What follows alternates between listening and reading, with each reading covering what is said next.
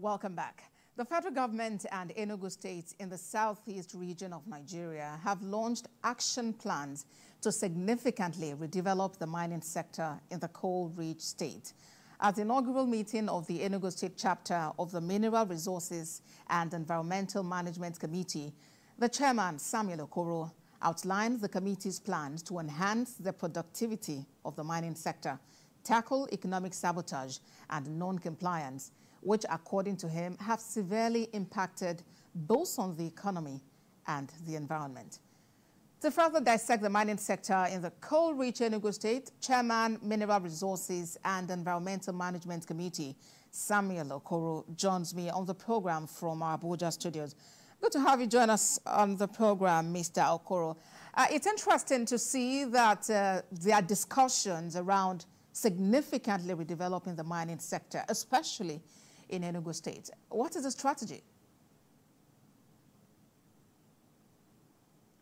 I didn't get the last part, sorry. Yes, I'm asking what the strategy is to develop the mining sector in Enugu State. Okay. The strategy is simple. We have the resources, and like you all know, Enugu State was the first state to commence mining in Nigeria in 1909 when we started coal mining. But along the line, when we discovered oil, we actually fell back. Other states have overtaken us now. And going back, we now want to bounce back in full force because the current governor, His Excellency Dr. Peter Mba, before he was elected, made promises to revamp all our dormant assets and turn them into a viable economic opportunity to develop the state. And the mineral resources in the state happens to be one of those assets that have been dormant over the years. So when we now came on board, we looked at the challenges we're facing the sector and actually stalling development in the sectors. And we identified them and we are tackling them head on. Part of which that's why we brought out this PRESS acronym. We stood for productivity, revenue generation, environmental management, and safety. Part of what actually stalls production is the non-utilization of licenses issued by the Mining Cadastral Office to a lot of operators in Enugu. So we are working together with both the private sector and the federal government to ensure that all licenses issued become productive, is translated to productivity, which is going to enhance development in the mining sector.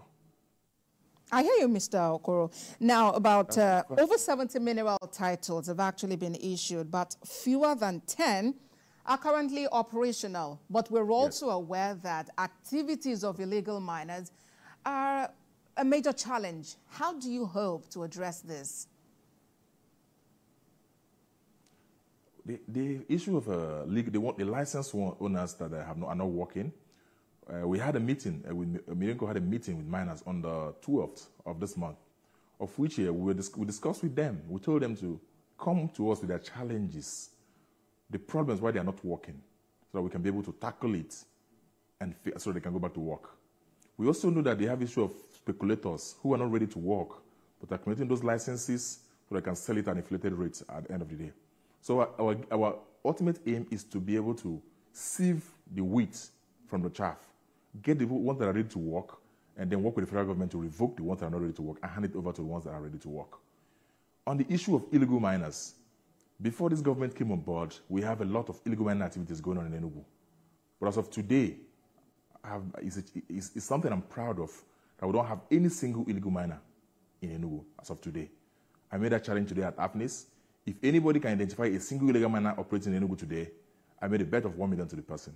Because we had the willpower and a commitment to ensure that the sector works. You can't be asking legal miners to go to work when we know they have a lot of responsibilities. And they'll still be dragging the market with people who have who have no responsibility at all, who are actually destroying the market. So we took all these strategic and aggressive steps to close down the activities of illegal miners because it destroys our environment, sabotages the economy, and destroys everything, even the communities and sponsors insecurity. So as of now, we have taken care of illegal mining activities, and they're no longer existent in Enugu. All right, let's look at another angle to this. The federal government is actually on an ambitious target. They are looking at about 50% of the country's GDP coming from the mining sector. And of course, as you've mentioned, Enugu State has a great role to play.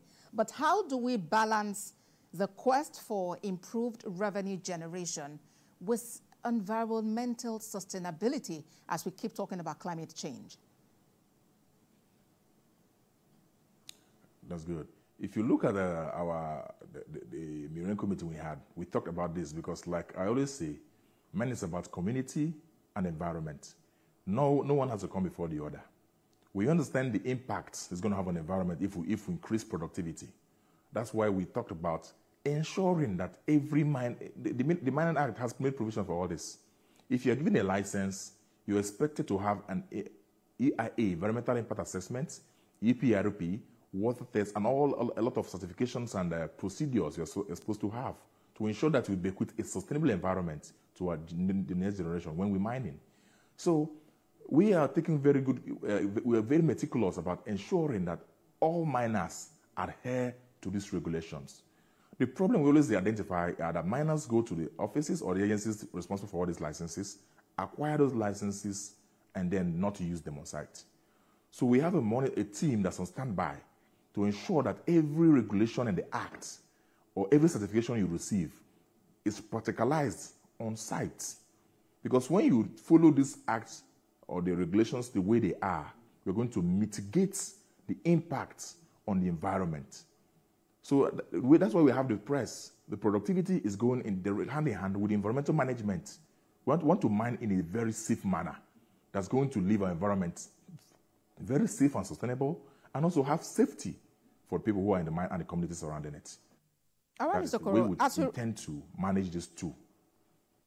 Okay, as we wrap up the conversation, I'm curious as to what the current figures are as to how much the mining sector in Enugu State generates and what your projection is. What's the time frame? What are you hoping to generate? The mining sector in Enugu today generates less than 60 million annually. Our projection is in 18 months to be able to generate 24 months to be able to increase that to 2 billion for a start. Because if we have only 7 operating and we have this figure, if we have up to 70 of them operating, there's going to be exponential growth in that regard. So that's why we are pushing to have all of them working, because if they're working, they'll create more revenue for the federal government. And again, employment. Because striving to achieve zero headcount rate of poverty is not what we can do alone as government. We need the private sector to participate in that development, in that aspect. That's why we want all of them to work. And the ones that are not able to work, to give the title or partner with people who are ready to use that title. Because when we all start, if they start operating, then we can be able to achieve what we are planning, what we are projected for us to achieve. That is our target for the next 2 years.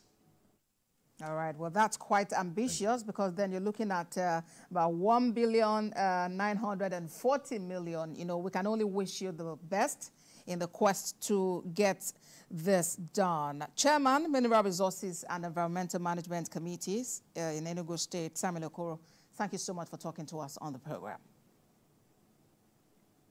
Thank you very much. Well, that's our program today. We thank you very much for spending time with us. Do watch a repeat broadcast at midnight and at 6 a.m. I am Abosedi Adeniran Adiremi.